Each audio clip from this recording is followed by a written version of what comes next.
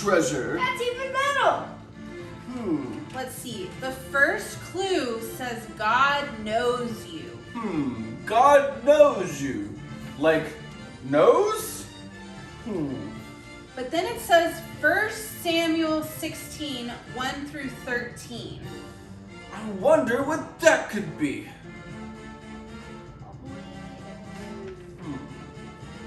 It's from the Bible. It is? I've got one right here. Oh, good. Let's see what it says.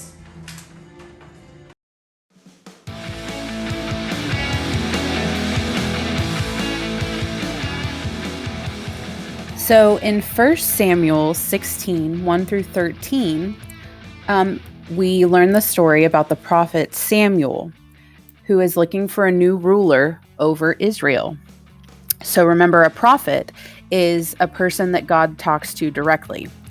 And he said, we're not going to go with Saul, who everybody thought was going to be the king, because Saul started thinking too highly of himself. So God tells Samuel to go to Jesse of Bethlehem. Jesse sends for all of his sons to come and meet Samuel so that Samuel can decide who's going to be the king.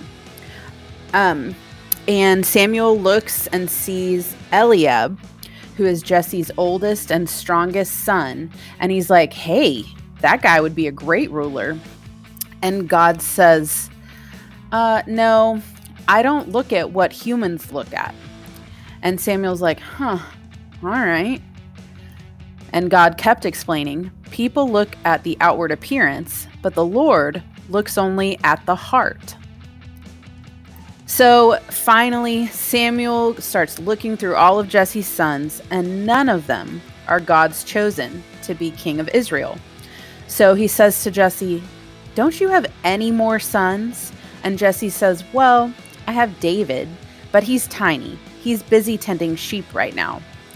And so he calls for David. David comes in and meets Samuel, and immediately the Lord says, yes, this is the one.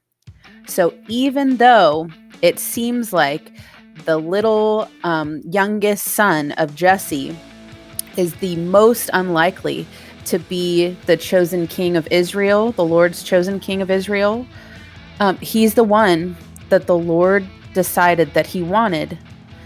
And it's not something that a lot of people would have thought, but the Lord chose David. The point of all of this is to say that God knows you. He knows your heart.